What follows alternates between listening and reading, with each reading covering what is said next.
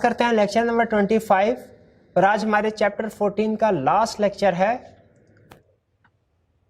आज के लेक्चर में हम कवर करेंगे डिविडेंड के बारे में, डिफरेंट कंसेप्ट्स, डिविडेंड की टाइप्स क्या हैं और पेमेंट ऑफ डिविडेंड के क्या रूल्स हैं। राइज बुक और आईकैप के बुक का रेफरेंस आप लेक्चर प्लान से देख सकते हैं। तो स्टार्ट करते हैं डिविडेंड। सबसे पहले तो कंसेप्ट समझिए कि डिविडेंड कहते किसको है। डिविडेंड का मतलब है distribution of profit to shareholders, यानी किसी भी कंपनी के प्रॉफिट का वो हिस्सा जो कि शेयर होल्डर्स को, उसके शेयर होल्डर्स को डिस्ट्रीब्यूट किया जाता है, उसे डिविडेंड कहते हैं। याद रखिए, ये जरूरी नहीं कि कंपनी को जितना भी प्रॉफिट हो वो सारे का सारा अपने शेयर होल्डर को डिस्ट्रीब्यूट करे, ये लाजमी नहीं है। बल्कि कंपनी के डायरेक्टर्स देखते हैं कंपनी को जितना प्रॉफिट हुआ उसमें से कितना उन्हें अपने फ्यूचर नीड्स के लिए चाहिए, उसके अलावा थोड़ा सा रिजर्व साइड पे रख के उसके अलावा जितना वो मुनासिब समझते हैं वो डिविडेंड अनाउंस करते हैं। तो डिविडेंड प्रॉफिट का वो हिस्सा जो शेयर होल्डर्स को डिस्ट्रीब्यूट किया जाता है। अब डिविडेंड की टाइप्स कितनी है? डिविडेंड की दो टाइप्स हैं, एक इंटरिम डिविडेंड, एक फाइनल डिविडेंड। नॉर्मली जो कंपनीज डिविडेंड डिस्ट्रीब्यूट करती हैं साल में एक दफा करती हैं, और वो कब करती हैं? जब साल कंप्लीट हो जाता है। आप काउंटिंग के क्वेश्चंस करते होंगे, आप इनकम स्टेटमेंट, बैलेंस शीट वगैरह बनाते होंगे, तो आप इनकम स्टेटमेंट या प्रॉफिट एंड लॉस अकाउंट बनाते होंगे for the year ended 31 December 2020 for example, यानी एक पूरे साल के लिए प्रॉफिट एंड लॉस अकाउंट। और उसकी बेस पे जो प्रॉफिट उसमें शो हो रहा होता है, उसकी बेस हर कंपनी इसी तरह एनुअल फाइनेंशियल स्टेटमेंट्स प्रिपेयर करते हैं, और उसमें जो प्रॉफिट आ रहा होता है उसकी बेस पे डिसाइड करते हैं कि हमें कितना डिविडेंड डिस्ट्रीब्यूट करना है शेयर होल्डर्स को। लेकिन याद रखें, फाइनेंशियल स्टेटमेंट सिर्फ एनुअल नहीं बनती, बल्कि साल से कम अरसे के लिए भी फाइनेंशियल स्टेटमेंट्स बनती हैं, जैसे 3 महीने के लिए क्वार्टरली, 6 महीने के लिए हाफ ईयरली। तो अगर कभी कोई कंपनी अपनी क्वार्टरली फाइनेंशियल स्टेटमेंट्स प्रिपेयर करे और उसमें उसे पता चले, अभी एनुअल नहीं, साल पूरा नहीं हुआ, फर्ज कीजिए 3 महीने या 6 महीने गुजरने के बाद कंपनी ने अपनी फाइनेंशियल स्टेटमेंट्स प्रिपेयर की और उससे अंदाजा हुआ कि हमें तो बहुत ज्यादा प्रॉफिट हुआ है और वो इतना ज्यादा कैश अपने पास होल्ड नहीं करना चाहते, जरूरत नहीं है, तो याद रखिए वो कंपनी साल के दौरान भी डिविडेंड डिस्ट्रीब्यूट कर सकती है। तो डिविडेंड की दो टाइप्स हुई, एक इंटरिम डिविडेंड, एक फाइनल डिविडेंड। इंटरिम डिविडेंड कौन सा डिविडेंड है? जो साल के दौरान में पे किया जाता है। फाइनल डिविडेंड कौन सा डिविडेंड है? जो कि साल खत्म होने के बाद पे किया जाता है। इंटरिम डिविडेंड कौन अप्रूव या डिक्लेयर करता है? अप्रूव करना या डिक्लेयर करने का मतलब एक ही है। कौन अप्रूव करता है? इंटरिम डिविडेंड डायरेक्टर्स अप्रूव करते हैं, यानी डायरेक्टर्स अप्रूव कर ले ये काफी है, उसके बाद उस डिविडेंड को डिस्ट्रीब्यूट किया जा सकता है कि कितना डिविडेंड पे करना है। फाइनल डिविडेंड रूल जरा सुनिए। फाइनल डिविडेंड का रूल थोड़ा डिफरेंट है, क्योंकि जो एनुअल जनरल मीटिंग होती है ना, मेंबर्स इकट्ठे होते हैं नॉर्मली एजीएम में, एनुअल जनरल मीटिंग, और एनुअल जनरल मीटिंग साल खत्म होने के बाद होती है। साल के दौरान में नॉर्मली कोई जनरल मीटिंग नहीं होती, सिवाय कि कोई एक्स्ट्राऑर्डिनरी सिचुएशन अराइज हो जाए।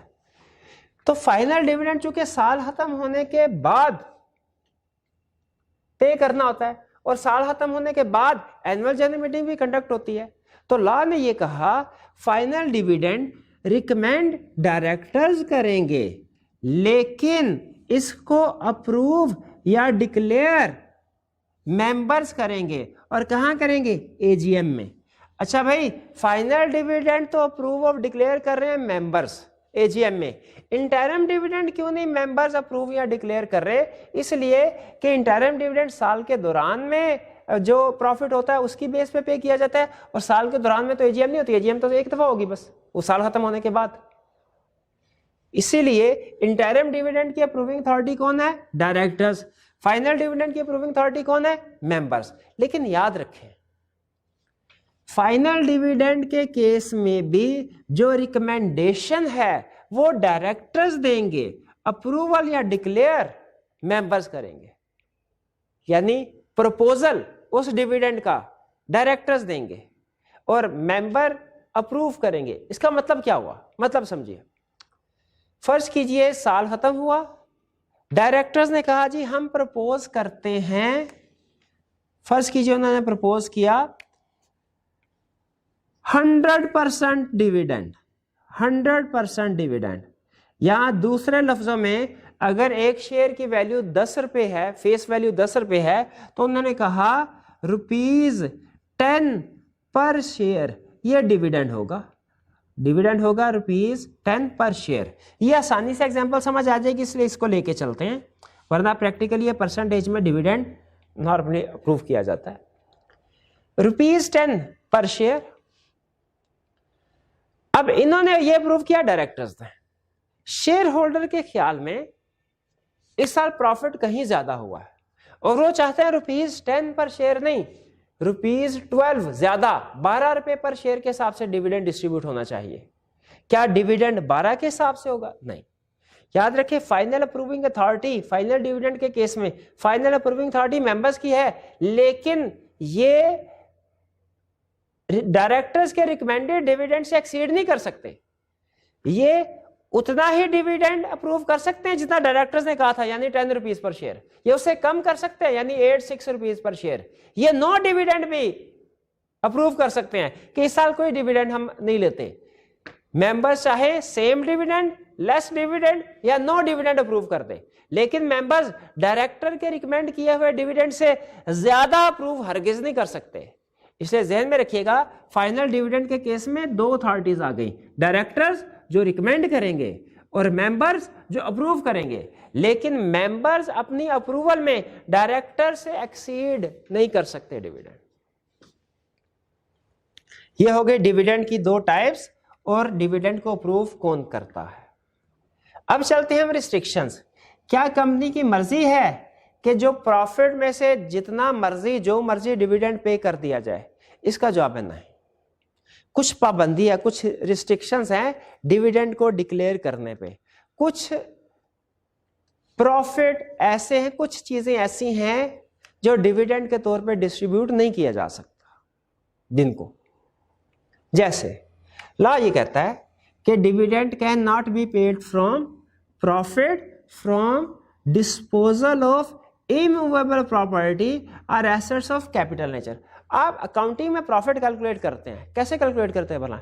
सेल्स में से कॉस्ट ऑफ सेल्स माइनस किया, ग्रॉस प्रॉफिट आया, ग्रॉस प्रॉफिट में से operating expenses, selling admin expenses less किए, ऑपरेटिंग प्रॉफिट, फिर उसके बाद other expenses less other income add, other income से मुराद profit on sale of fixed asset वगैरह, रेंट इनकम वगैरह, ये ऐड किया और उसके बाद नेट प्रॉफिट आया। याद रखिए अकाउंटिंग प्रॉफिट डिफरेंट होता है और लॉ की नजर में जो डिस्ट्रीब्यूटेबल प्रॉफिट है वो डिफरेंट है। अकाउंटिंग के प्रॉफिट में हर किस्म का प्रॉफिट आ रहा होता है। इन्वेंट्री को बेचा उसके ऊपर प्रॉफिट आया, वो भी नेट प्रॉफिट का हिस्सा है। फिक्स एसेट को बेचा उसके ऊपर जो प्रॉफिट आया वो भी नेट प्रॉफिट का हिस्सा है। लेकिन लॉ क्या कहता है? लॉ ये कहता है कि आपने जो इमूवेबल प्रॉपर्टी सेल की, डिस्पोज की मतलब सेल की, इमूवेबल प्रॉपर्टी क्या है? लैंड, बिल्डिंग वगैरह, या assets of capital nature dispose किए। एसेट्स ऑफ कैपिटल नेचर कौन से? फिक्स एसेट्स, जैसे व्हीकल्स, जैसे मशीनरी। अगर आपने इमूवेबल प्रॉपर्टी या एसेट्स ऑफ कैपिटल नेचर को डिस्पोज किया, सेल किया, इनसे जो प्रॉफिट हुआ उसको आप डिविडेंड के तौर पे डिस्ट्रीब्यूट नहीं कर सकते। क्योंकि अगर रीजन ना नहीं बताई, लेकिन मेरा अपना ख्याल ही है, क्योंकि इस प्रॉफिट को आपने री इन्वेस्ट करना है। ये जो पैसे आए हैं ना फिक्स एसेट को बेचने से, इसके बदले में आपने कोई ना कोई दूसरे फिक्स एसेट खरीदने हैं, तो इसे री इन्वेस्टमेंट के लिए कैपिटल रिजर्व के तौर पे रख लिया जाता है। डिविडेंड के तौर पे डिस्ट्रीब्यूट नहीं कर सकते। हाँ, अगर किसी कंपनी का बिजनेस ही ऐसा है, it is ordinary course of business, जैसे फर्स्ट कीजिए Zameen.com वाले, वो कंपनी, उसको ऑर्डिनरी बिजनेस ही लैंड की सेल परचेज है, या होंडा वाले, सुजुकी वाले, उनका ordinary business he assets of capital nature यानी गाड़ियों के खरीदो फरोख्त है। तो ऐसे लोग अपने इन एसेट्स को, इमूवेबल प्रॉपर्टी या एसेट्स ऑफ कैपिटल नेचर से जो प्रॉफिट होता है, इसको डिविडेंड के तौर पर डिस्ट्रीब्यूट कर सकते हैं, क्योंकि उनका ऑर्डिनरी कोर्स ऑफ बिजनेस यही है। हाँ, लेकिन उन्हें इस प्रॉफिट को सिमिलर लॉसेस के साथ सेट ऑफ करना पड़ेगा। सेट ऑफ करने का मतलब ये, फर्ज कीजिए Zameen.com वालों को 10 प्रॉपर्टी बेची, प्रॉफिट हुआ, 6 प्रॉपर्टी बेची, लॉस हुआ, वो डिविडेंड के तौर पे प्रॉफिट को डिस्ट्रीब्यूट कर सकते हैं, लेकिन 10 के प्रॉफिट में से 6 के लॉस को सेट ऑफ करने के बाद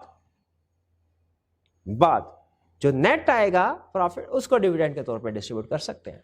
तो पहली रिस्ट्रिक्शन क्या हुई डिविडेंड के ऊपर, कि डिविडेंड इमूवेबल प्रॉपर्टी या एसेट्स ऑफ कैपिटल नेचर को डिस्पोज करने से जो प्रॉफिट आता है उसको डिविडेंड के तौर पे डिस्ट्रीब्यूट नहीं कर सकते।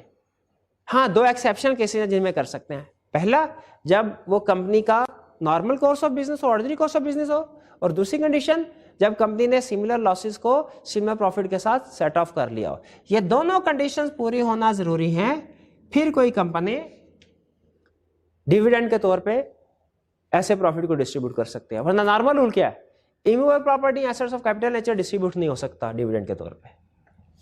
दूसरी condition restriction, unrealised gain on investment property. अच्छा, इसमें 2 चीजें समझने वाली है, पहले इन्वेस्टमेंट प्रॉपर्टी, फिर अनरियलाइज्ड गेन। इन्वेस्टमेंट प्रॉपर्टी कौन सी प्रॉपर्टी होती है? इन्वेस्टमेंट प्रॉपर्टी ऐसी लैंड बिल्डिंग ऐसी प्रॉपर्टी को कहते हैं जो हमने इन्वेस्टमेंट पर्पस के लिए रखी हो। जैसे जमीन रखी हुई है, 5 साल 10 साल 15 20 साल बाद इसको जब जरूरत पड़ेगी तब बेचेंगे, तब तक जमीन पड़ी हुई है, इसकी कीमत बढ़ती रहे, अच्छा है, हमें फायदा। अकाउंटिंग ये कहती है कि अगर आपने इस तरह की कोई प्रॉपर्टी रखी हुई है और उसकी वैल्यू बढ़ती है, आपने उसको अपनी इनकम के तौर पे अकाउंटिंग के प्रॉफिट में ऐड कर देना।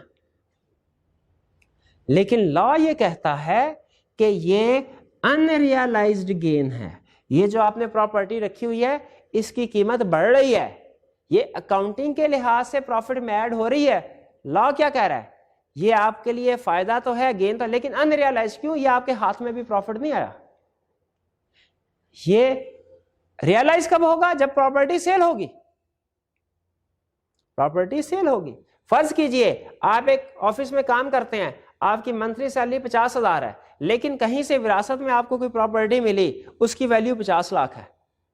अब अगर उस 50 लाख की वैल्यू डबल हो जाए, आपने रखी हुई है कि अच्छे वक्तों में कभी जरूरत पड़ी उसको बेचेंगे, डबल होगी, 50 लाख से 1 करोड़ हो गई, गेन तो आपको हुआ, लेकिन अनरियलाइज्ड, क्योंकि ये एक्स्ट्रा 50 लाख आपके हाथ में नहीं है। आपके ऑफिस वाला आपसे कहे यार ट्रीट तो खिलाओ, 50 लाख का तुम्हें फायदा हुआ है, शायद आपकी जेब से 5,000 रुपये भी ना निकले उसको ट्रीट खिलाने के लिए महीने के आखिरी दिनों में। क्यों? क्योंकि वो जो प्रॉफिट हुआ वो आपके पास नहीं, रियलाइज नहीं हुआ। इसीलिए अकाउंटिंग कहती है कि उसको आप अपने प्रॉफिट में डाल दो, लेकिन लॉ क्या कहता है, ये गेन है अनरियलाइज्ड, ठीक है, इसे भी डिविडेंड के तौर पे डिस्ट्रीब्यूट नहीं कर सकते। तो अब आपको पता चल गया होगा इन्वेस्टमेंट प्रॉपर्टी किसको कहते हैं और अनरियलाइज्ड गेन किसको कहते हैं। तो प्रोविजन भी समझ आ गई कि unrealised gain on investment property को डिविडेंड के तौर पे डिस्ट्रीब्यूट नहीं कर सकते। फिर आगे अमाउंट एक्सीडिंग डायरेक्टर्स रिकमेंडेशन, ये मैंने आपको यहां पे बता दिया कि फाइनल डिविडेंड मेंबर्स अप्रूव करते हैं, लेकिन वो डायरेक्टर्स की रिकमेंडेड अमाउंट से ऊपर नहीं जा सकते, उसके बराबर या उससे नीचे नीचे अमाउंट अप्रूव कर सकते हैं। तो ये 3 रिस्ट्रिक्शंस हैं, इनको याद कर लीजिए। एग्जामिनर की फेवरेट है ये रिस्ट्रिक्शन डिविडेंड के लिहाज से, केस स्टडी में भी टेस्ट करता है, रिप्रोडक्शन के क्वेश्चन में भी पूछ लेता है। जी, ये तो हमने पढ़ लिया डिविडेंड की टाइप्स और उसकी रिस्ट्रिक्शंस। अब स्टडी करते हैं पेमेंट ऑफ डिविडेंड। डिविडेंड की पेमेंट के बारे में लॉ क्या कहता है? लॉ ये कहता है मैनर ऑफ पेमेंट, डिविडेंड कितने तरीकों से पे हो सकता है? 2 तरीकों से, इन कैश भी, इन काइंड भी। कैश का मतलब क्या है? कैश का मतलब है कि पैसे दे दिए जाए, लेकिन देखिए लॉ में वर्ड कैश का मतलब रियल कैश नहीं है कि करेंसी नोट। शेयर होल्डर्स को बुलाया जाएगा, ऑफिस में आएंगे और उन्हें ब्रीफ केस दिया जाएगा जिसमें नोट भरे होंगे, यह है कैश, ठीक है। हम डेली लाइफ में इसी को कैश कहते हैं, लेकिन लॉ कहता है नहीं, हमारे नजर में कैश का मतलब होता है वो पेमेंट जो चेक के जरिए से हो, वो भी तो कैश है, जो बैंक अकाउंट में आपके ट्रांसफर कर दी जाए इलेक्ट्रॉनिकली, वो भी तो कैश है, और जो डिविडेंड वारंट शेयर किए वो भी कैश है। याद रखिए लॉ बैंकिंग चैनल्स के थ्रू जो पेमेंट्स होती है उनको भी कैश ही तस्वुर करता है, क्योंकि वो एक तरह से आपका कैश ही, अकाउंटिंग में भी आप करते होंगे कैश इन हैंड और कैश एट बैंक, तो आपने हैरान होकर अपने टीचर से पूछते होंगे, सर ये जो बैंक में पैसे पड़े हुए ये कैश की शक्ल में हमारे पास तो नहीं है, तो इसको हमने कैश एट बैंक क्यों लिखा? वो इसलिए कि बैंक में भी पड़ा हो लेकिन कैश ही की तरह आप जब चाहे उसको निकलवा के खर्च कर सकते हैं। तो याद रखें, मैनर ऑफ पेमेंट में कह रहा है डिविडेंड की पेमेंट होगी इन कैश। इन कैश का ये मतलब नहीं है कि आप करेंसी नोट जो है अगले बंदे के हवाले करेंगे, वो रास्ते में कोई वारदात हो सकती है, ये डेंजरस होता है। कैश का मतलब क्या है? कैश का मतलब नोट, करेंसी नोट नहीं है। कैश का मतलब है कि पेमेंट डिविडेंड की होगी, या तो आपको चेक भेजा जाएगा आपके घर के एड्रेस पे, या आपको चेक ही की तरह एक और डॉक्यूमेंट होगा जिसे वारंट कहते हैं। ये क्रॉस चेक की तरह होता है, और ये भी बैंक अकाउंट में हम बैंकर को जाके डिपॉजिट कराते हैं अपने अकाउंट में, हमारे अकाउंट में पैसे आ जाते हैं। क्रॉस चेक और वारंट तकरीबन एक ही तरह की चीज है। ये दोनों आपके घर के एड्रेस पे आपको भेजे जाते हैं, आप अपने बैंक में जाके इनको डिपॉजिट करवाते हैं और कंपनी के अकाउंट से पैसे निकल के आपके अकाउंट में आ जाते हैं। ये भी इन कैश समझी जाती है payment, through cheque, through warrant. और इलेक्ट्रॉनिक का मतलब क्या है कि आपको चेक या कुछ भी ना आए, बल्कि कंपनी डायरेक्ट ऑनलाइन बैंकिंग के जरिए से आपने अपना बैंक अकाउंट बताया होगा, वो आपके बैंक अकाउंट में पैसे डाल दे। यह इलेक्ट्रॉनिकली, इसको भी कैश पेमेंट ही समझा जाता है। तो डिविडेंड की पेमेंट कितने तरीकों से हो सकती है? इन कैश भी, इन काइंड भी। ठीक है, इन कैश का मतलब रियल कैश, बार बार बता रहा हूं, वो ना समझिएगा, गलत फहमी लग जाती है। इन कैश का मतलब है पेमेंट होगी या चेक के जरिए से, वारंट के जरिए से, या इलेक्ट्रॉनिकली यानी ऑनलाइन बैंकिंग के थ्रू डायरेक्ट आप। हाँ, अगर अनलिस्टेड कंपनी है तो कोई भी कर सकते हैं। लिस्टेड कंपनी सिर्फ एक तरीके से पेमेंट करती है। अगर आपके पास किसी लिस्टेड कंपनी के शेयर्स हैं तो डायरेक्ट आपके अकाउंट में ही पैसे आएंगे, यानी आपकी सहूलत है। ये नहीं कि आपके घर में पहले चेक आएगा, फिर आप घर से बैंक जाएंगे चेक जमा करवाने के लिए वापस आएंगे, या आना जाना आपका टाइम वेस्टेज होगा। तो लिस्टेड कंपनी डायरेक्ट इलेक्ट्रॉनिकली ही अकाउंट में ट्रांसफर किया करती है। बाकी कंपनी चाहे इलेक्ट्रॉनिकली कर दे, चाहे चेक, चाहे वारंट। फिर डिविडेंड की पेमेंट इन काइंड भी हो सकती है। इन काइंड का मतलब क्या है कि कैश में नहीं, अदर देन कैश। जैसे किसी कंपनी के शेयर्स दे दिया, आपको याद होगा हमने अप्रूवल ऑफ कमीशन वाला जब लर्निंग ऑब्जेक्टिव पढ़ा था, उसमें कुछ एक्सेप्शंस पढ़ी थी हमने कि ये वो एक्सेप्शंस हैं, इन केसेस में कमीशन की अप्रूवल की जरूरत नहीं। याद है वो एक्सेप्शन कौन कौन से थी? Right issue, bonus issue, share issue to employees or their family members, और उनमें था शेयर लिस्टेड सब्सिडरी के शेयर्स, ये भी एक कंपनी डिविडेंड के तौर पे कर सकती है। तो अगर किसी कंपनी की कोई सब्सिडरी है लिस्टेड सब्सिडी, तो उसके शेयर्स को डिविडेंड के तौर पे डिस्ट्रीब्यूट किया जा सकता है। इवन कोई और भी लिस्टेड कंपनी के अगर आपके पास शेयर्स हैं, कंपनी के पास शेयर्स हैं, तो उसे डिविडेंड के तौर पे डिस्ट्रीब्यूट कर सकती है। इवन अपनी कंपनी के शेयर्स भी डिविडेंड के तौर पे डिस्ट्रीब्यूट हो सकते हैं। उसे हमने नाम दिया था बोनस शेयर्स का। तो हमने एग्जांपल पढ़ी ना, कंसेप्ट को सिंपल रखते हैं। किसी भी लिस्टेड कंपनी के शेयर्स हैं अगर आपके पास, आप वो शेयर होल्डर को डिविडेंड के तौर पे पैसों की बजाय वो शेयर दे सकते हैं कि जाओ भाई स्टॉक एक्सचेंज में जाके इसको इनकैश करवा लो। तो मैनर ऑफ पेमेंट तरीकों से पेमेंट हो सकती है, इन कैश, इन काइंड। फिर टाइमिंग ऑफ पेमेंट, डिविडेंड की पेमेंट कब होगी? डिविडेंड की पेमेंट होगी with in specified days of declaration. जब डिविडेंड डिक्लेयर होगा उसके स्पेसिफाइड डेज के बाद, यानी एससीसीपी डेज स्पेसिफाई करेगा, उतने डेज के बाद डिविडेंड की पेमेंट, उतने दिनों के अंदर अंदर डिविडेंड की पेमेंट की जाएगी। और याद रखिए एससीसीपी ने पहले 45 डेज किसी जमाने में थे, फिर 30। आजकल जो एससीसीपी ने डेज स्पेसिफाई किए हैं वो हमारी बुक में नहीं है स्पेसिफाइड, लेकिन आपके नॉलेज के लिए बता देता हूं, विद इन 15 डेज, 15 दिन।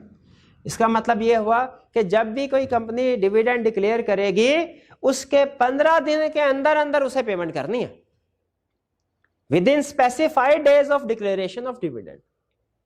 यानी अगर डिविडेंड डिक्लेयर हुआ 10 तारीख को, तो 25 तारीख से पहले पहले डिविडेंड की पेमेंट करनी है। अच्छा, अब ये डिविडेंड डिक्लेयर, अब अगला क्वेश्चन ये है कि हमें पता चल गया कि जो एससीसीपी ने डेट स्पेसिफाई कर दिए हैं, डिक्लेरेशन के बाद उन दिनों के अंदर अंदर पेमेंट करनी है। ये डिविडेंड डिक्लेयर कब होता है ये तो बता दे। डिविडेंड डिक्लेयर होता है, ये डिपेंड करता है इंटरिम डिविडेंड है कि फाइनल डिविडेंड है। फाइनल डिविडेंड है तो एजीएम पे डिक्लेयर होता है। फाइनल डिविडेंड की डेट ऑफ डिक्लेरेशन क्या है? एजीएम। इंटरिम डिविडेंड की डेट ऑफ डिक्लेरेशन क्या है? इंटरिम डिविडेंड डिक्लेयर होता है, अप्रूव होता है, समझा जाता है, assume to be declare on commencement of book closure. अब ये कमेंसमेंट ऑफ बुक क्लोजर क्या है, ये सुन लीजिए। बुक क्लोजर कहते हैं, देखिए लिस्टेड कंपनी है ना, उसके शेयर्स डेली बेस, आप स्टॉक एक्सचेंज जाके देखें, डेली बेस पे हजारों, लाखों, even some time millions of shares trade हो रहे होते हैं डेली पे, पार्टी सेल परचेज कर रही होती है। तो जब इतनी ज्यादा ट्रांजैक्शंस हो रही हो तो किसी भी कंपनी के लिए बड़ा मुश्किल हो जाता है ये डिसाइड करना कि हम डिविडेंड किस शेयर होल्डर को दें, क्योंकि जिस दिन हमने अनाउंस किया उस दिन कोई और शेयर होल्डर थे, 2 दिन बाद कोई और शेयर होल्डर है, पेमेंट करने के लिए जाएंगे उस दिन कोई और शेयर होल्डर होंगे, तो डिस्प्यूट राइज हो सकता है। एक बंदा कहेगा कि जी ये मैं शेयर होल्डर हूं क्योंकि जिस वक्त डिविडेंड डिक्लेयर हुआ उस वक्त शेयर मेरे पास थे, दूसरा कहेगा नहीं नहीं जिस वक्त पेमेंट हो रही थी उस वक्त तो शेयर मेरे पास थे ना, डिविडेंड मुझे दो। तो इस झगड़े से बचने के लिए कंपनी एक अनाउंस करती है पीरियड जिसे कहते हैं बुक क्लोजर। बुक क्लोजर क्या है? कंपनी अनाउंस करती है सर आप लोग डेली बेसिस पे हमारे पास आते हैं शेयर्स को ट्रांसफर करवाने के लिए, डेली बेस पे सेल परचेज होती है, हम पुराने शेयर होल्डर का नाम काट के नए शेयर होल्डर का लिख देते हैं, डेली बेसिस पे आप लोग आते हैं, लेकिन हम 2 तारीख से लेके 10 तारीख तक, 2 मई से लेके 10 मई तक ये शेयर ट्रांसफर बुक्स क्लोज कर देंगे, यानी शेयर की सेल परचेज को रिकॉर्ड नहीं करेंगे। ताकि किस लिए? ताकि हम डिसाइड कर सकें वो कौन से लोग हैं जो हमारा डिविडेंड रिसीव करने के लिए इंटाइटल्ड हैं। और चूंकि इस सारे अरसे में सेल परचेज नहीं होगी, शेयर्स की ट्रांसफर नहीं होगा, स्टॉक एक्सचेंज में शायद फिर भी सेल परचेज हो रही हो, लेकिन कंपनी अपनी बुक्स में ट्रांसफर को ब्लॉक कर देगी, रोक देगी और कहेगी कि 2 तारीख से पहले पहले जितने भी लोगों ने अपने शेयर ट्रांसफर करवाने हैं 2 तारीख से पहले पहले आ जाएं। 2 तारीख और 10 तारीख के दरमियान में हम कोई शेयर ट्रांसफर नहीं करेंगे। अब इसका फायदा क्या होगा? जितने भी शेयर होल्डर ने अपने शेयर वाला ट्रांसफर कराने हैं वो 2 तारीख तक करवा लेंगे। 2 तारीख को शेयर ट्रांसफर बुक्स क्लोज हो जाएंगी और कंपनी लिस्ट निकालेगी 2 तारीख को हमारे कितने शेयर होल्डर्स थे। जो ये इसको कहते हैं closure, book closure. Book closure का मतलब है शेयर को ट्रांसफर करने की बुक्स क्लोज कर दें आप। ये 2 तारीख से लेके 10 पीरियड है, ये बुक क्लोजर पीरियड कहलाता है। और जो 2 तारीख है ये कहलाती है कमेंसमेंट ऑफ बुक क्लोजर। तो कमेंसमेंट ऑफ बुक क्लोजर, अगर डायरेक्टर्स ने डिविडेंड डिक्लेयर किया और डिविडेंड डिक्लेयर करने के साथ साथ ये भी अनाउंस कर दिया कि बुक क्लोजर पीरियड क्या होगा, तो बुक क्लोजर पीरियड का जो पहला दिन होगा ना, commencement of book closure, assume किया जाएगा उस दिन डिविडेंड डिक्लेयर हुआ है। लेकिन अगर बुक क्लोजर नहीं किया गया, बुक क्लोजर नहीं किया गया, तो याद रखें जिस दिन डायरेक्टर्स की मीटिंग हुई थी उस दिन डिविडेंड अज्यूम किया जाएगा कि डिक्लेयर हुआ है, उसके 15 दिन के अंदर अंदर पेमेंट करनी है। तो फिर बताइए टाइमिंग ऑफ पेमेंट क्या है? डिविडेंड कब पे किया जाएगा? डिक्लेयर होने के स्पेसिफाइड डेज के अंदर अंदर, यानी 15 दिन के अंदर अंदर। और ये डिक्लेरेशन डेट क्या है? फाइनल डिविडेंड है तो एजीएम की डेट होगी date of declaration. Interim dividend है और अगर बुक क्लोजर हुआ है तो कमेंसमेंट ऑफ बुक क्लोजर है, date of declaration. Book closure नहीं हुआ तो डेट ऑफ बोर्ड मीटिंग जिसमें डिविडेंड अप्रूव किया गया है वो होगी डेट ऑफ डिक्लेरेशन। अच्छा, डेट ऑफ डिक्लेरेशन बता दी। अब उसके बाद 15 दिन के अंदर डिविडेंड पे करना है। किसको करना है भाई? रजिस्टर्ड शेयर होल्डर को। 2 तारीख को सारे शेयर होल्डर्स की लिस्ट निकाली जाएगी और जो जो लिस्ट के मुताबिक शेयर होल्डर होगा उन्होंने जो भी इंफॉर्मेशन दी होगी अकाउंट वगैरह में, उनको डिविडेंड पे कर दिया जाएगा। हाँ, अगर कोई शेयर होल्डर कहता है कि भाई आपने डिविडेंड इस अकाउंट में ट्रांसफर, मेरे नहीं इस किसी दूसरे बंदे के अकाउंट में ट्रांसफर कर दो, अगर वो इस तरह की इंस्ट्रक्शन देता है तो याद रखें उस शेयर होल्डर के ऑर्डर पे किसी दूसरे को भी डिविडेंड पे किया जा सकता है। या अगर वो शेयर होल्डर कहता है कि जी आपने जो डिविडेंड, फर्ज कीजिए अनलिस्टेड कंपनी है और वो ये कहता है कि डिविडेंड आप डायरेक्ट मेरे अकाउंट में ना भेजें बल्कि मुझे चेक भेजें, तो चेक के जरिए से, या मुझे नहीं, मेरा छोटा भाई इस्लामाबाद में पढ़ रहा है, उसको फीस पे करने के लिए पैसों की जरूरत पड़ती है, उसके अकाउंट में डालें, तो शेयर होल्डर जो इंस्ट्रक्शंस दे देगा, जो ऑर्डर दे देगा, उसके मुताबिक डिविडेंड की पेमेंट होगी। जिन शेयर होल्डर ने कोई इंस्ट्रक्शन नहीं दी उन रजिस्टर्ड शेयर होल्डर के अकाउंट में पैसे चले जाएंगे। तो पेमेंट किसको की जाएगी? रजिस्टर्ड शेयर होल्डर को, या अगर रजिस्टर्ड शेयर होल्डर ऑर्डर करेंगे तो किसी और थर्ड पार्टी को भी पेमेंट हो सकती है। Consequences of delay in payment. अच्छा, आपने तो कह दिया कि डिविडेंड डिक्लेयर होने के बाद स्पेसिफाइड पीरियड में उसकी पेमेंट होगी, यानी 15 दिन में। अगर इन 15 दिनों में पेमेंट नहीं हो पाती तो क्या होगा? ये याद रखें, कंपनी लॉ में अक्सर प्रोविजंस के साथ लिखा हुआ है कि अगर आपने इसकी वायलेशन की तो ये पेनल्टी, इसकी वायलेशन की तो ये पेनल्टी। सबसे हैवी पेनल्टी जिस चीज की वायलेशन की है ना, वो डिविडेंड पीरियड है। अगर किसी शेयर होल्डर्स को डिविडेंड डिक्लेयर होने के बाद 15 दिन के अंदर अंदर पेमेंट ना की जाए, स्पेसिफाइड पीरियड में पेमेंट ना की जाए, तो सबसे ज्यादा सजा इस वायलेशन की मिलती है। क्या? उस कंपनी का जो चीफ एग्जीक्यूटिव होगा, कौन? चीफ एग्जीक्यूटिव होगा, उस कंपनी का चीफ एग्जीक्यूटिव, उसकी तो बस खैर नहीं। कैसे? उसको सजा मिलेगी 2 साल कैद, 5 मिलियन 50 लाख जुर्माना और 5 साल के लिए डिस्क्वालिफिकेशन। वो किसी भी दूसरी कंपनी का डायरेक्टर या चीफ एग्जीक्यूटिव नहीं बन सकता 5 साल के लिए। तो ये देखिए कितनी बड़ी सजा दे दी उसको, 2 साल की कैद, 5 मिलियन जुर्माना और 5 साल के लिए डिस्क्वालिफिकेशन, किसी भी दूसरी कंपनी का डायरेक्टर चीफ एग्जीक्यूटिव नहीं बन सकता। और ये सलाह किसको मिलेगी? चीफ एग्जीक्यूटिव, क्योंकि उसकी जिम्मेदारी थी, वो है बोर्ड ऑफ डायरेक्टर्स का रिप्रेजेंटेटिव, उसने डिविडेंड पे करना था।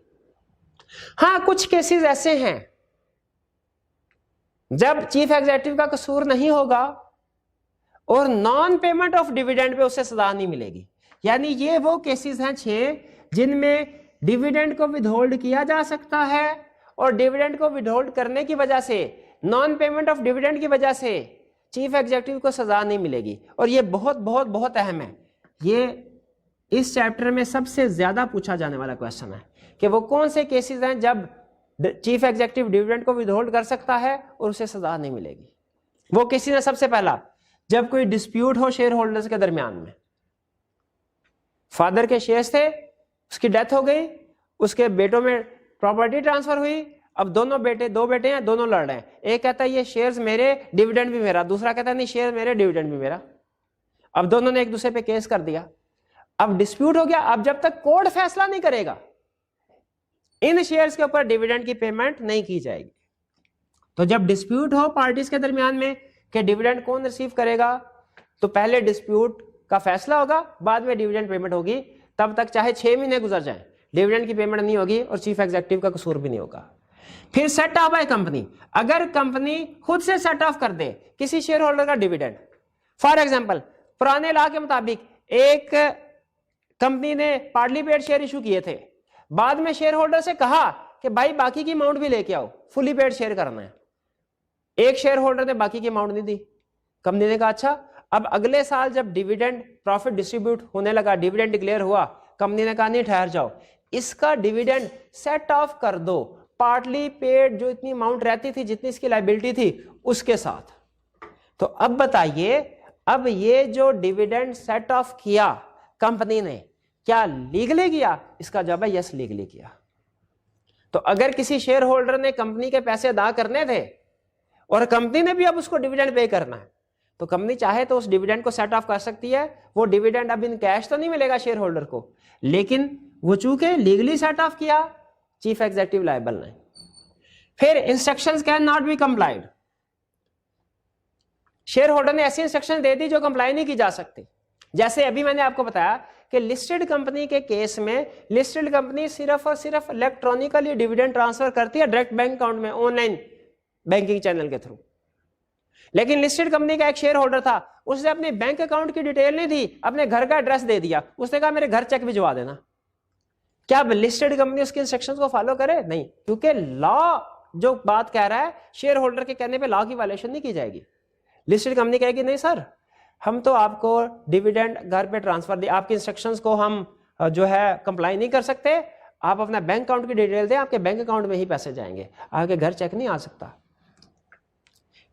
ठीक है, सेक्शन कोई ऐसी अगर होल्डर सेक्शन दे दे, यहां वो कहे जी बैंक अकाउंट है कौन सा, जर्मनी वाला, और उसमें आपने यूएसए में है, उसमें आपने डॉलर में डिविडेंड डिस्ट्रीब्यूट करना है, डिपॉजिट करना है। कंपनी कहे कि भाईजान हम पाकिस्तानी कंपनी है, पाकिस्तान में काम करते हैं, डिविडेंड भी पाकिस्तानी बैंक अकाउंट में पाक रुपीज में होगी, आपकी इंस्ट्रक्शंस को हम कंप्लाई नहीं कर सकते। जब तक वो पाकिस्तान की डिटेल नहीं देगा डिविडेंड विथहेल्ड कर दिया जाएगा, और इसमें कंपनी का चीफ एग्जीक्यूटिव का भी कोई कसूर नहीं। फिर ऑपरेशन ऑफ लॉ के लॉ के ऑपरेशन, जैसे कोई इंसॉल्वेंट है बंदा, अनडिस्चार्ज इंसॉल्वेंट। अब अगर किसी बंदे ने एप्लीकेशन दे दी कि सर मैं इंसॉल्वेंट, मुझे कोर्ट में एप्लीकेशन दे दी, मुझे इंसॉल्वेंट करार दिया जाए, अब उसकी जितनी भी प्रॉपर्टी है, चाहे घर है, मकान है, कंपनी के शेयर्स हैं, वो सारे, अब वो खुद उनको सेल परचेज नहीं कर सकता मजीद कोई, वो कोर्ट की तरफ से एक ऑफिशियल असानी पॉइंट किया जाता है, वो करता है सारे काम। अब इस सूरत में भी लॉ रिक्वायर करता है, due to operation of law, dividend की पेमेंट शेयर होल्डर को नहीं की जाएगी, उसके ऑफिशियल असाइनी को की जाएगी, क्योंकि उसने तो अपने आप को कह दिया कि मुझे इंसॉल्वेंट करार दे दिया जाए। तो due to operation of law भी डिविडेंड की पेमेंट दी, और इसमें कंपनी चीफ एग्जीक्यूटिव का कसूर नहीं होगा। फिर नॉट फॉल्ट ऑफ कंपनी, जैसे अनलिस्टेड कंपनी थी, उसने डिविडेंड वारंट्स या चेक शेयर होल्डर के एड्रेस पे भिजवा दिए, लेकिन 15 दिन 20 दिन गुजर गए, शेयर होल्डर तक वो चेक या वारंट नहीं पहुंचे। क्यों? कोरियर वालों ने हड़ताल कर दी थी। क्यों? दूसरी रीजन क्या हो सकती है? भाई उस इलाके में, जिस इलाके में करता, उस इलाके में गवर्नमेंट ने सख्त किस्म का लॉकडाउन अनाउंस कर दिया, उधर ना कोई आ सकता है ना जा सकता है, इस वजह से डिविडेंड वारंट नहीं पहुंच सका। अब डिविडेंड वारंट नहीं शेयर होल्डर तक पहुंच सका, ठीक है डिले हो गया, लेकिन इसमें कंपनी का फॉल्ट तो नहीं है ना, उन्होंने तो अपनी तरफ से शेयर डिस्पैच कर दिए थे। इसमें भी विद होल्डिंग ऑफ डिविडेंड की वजह से, नॉन पेमेंट ऑफ डिविडेंड की वजह से कंपनी या चीफ एग्जीक्यूटिव कसूरवार नहीं है। फिर इनकम्प्लीट इंफॉर्मेशन, अगर एससीसीपी ने कहा हुआ है कि जी सारे शेयर होल्डर अपना शनाख्ती कार्ड की फोटोकॉपी जमा करवाएं, और एक शेयर होल्डर ने अपने शनाख्ती कार्ड की फोटोकॉपी नहीं जमा करवाई, या फोटोकॉपी जमा कराई थी, शनाख्ती कार्ड एक्सपायर हो गया है और वो नई रिन्यू आईडी कार्ड रिन्यू करवा के वो कॉपी जमा नहीं करवा रहा, या उसने कंपनी को अपने बैंक अकाउंट की डिटेल ही नहीं दी या एड्रेस नहीं दिया, तो इन केसेस में अगर इनकम्प्लीट इंफॉर्मेशन प्रोवाइड की गई हो कंपनी को, तो याद रखे डिविडेंड पे नहीं किया जाएगा, और इसमें कंपनी का चीफ एग्जीक्यूटिव का कसूर नहीं है। लेकिन हां, इन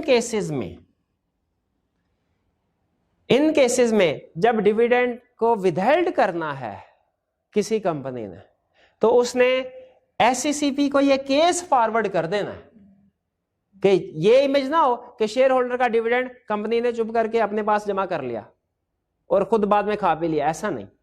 इन केसेस में अगर इनमें से किसी केस में डिविडेंड पे नहीं होता, तो कंपनी उसकी डिटेल कमीशन को भेजेगी with in 45 days of declaration. यानी अगर इनमें से किसी का डिविडेंड विदहेल्ड किया, तो अब फाइनल अप्रूवल के लिए कि सर ये देखिए हमने डिविडेंड विदहेल्ड कर लिया, ताकि बाद में शेयर होल्डर कंपनी पे केस ना कर दे, तो कमीशन से कंपनी ने अप्रूवल लेनी होती है with in 45 days of declaration. तो ये हमारा विदहोल्डिंग ऑफ डिविडेंड का कंसेप्ट था, और इसके साथ ही हमारा जो चैप्टर 14 है, ये चैप्टर भी कंप्लीट हुआ। इसके बाद अब फर्दर हम इंशाल्लाह कुछ इसके पास्ट पेपर की क्वेश्चन की डिस्कशन आप लोगों के साथ शेयर करेंगे, और एमसीक्यूज की डिस्कशन शेयर करेंगे। इसके साथ हमारा आज का लेक्चर और ये चैप्टर खत्म होता है। आप लोगों ने असाइनमेंट जरूर अटेम्प्ट करनी है खुद से पहले, फिर उसके बाद डिस्कशन को देखिएगा। आज का लेक्चर यहाँ पे खत्म करते हैं। अल्लाह।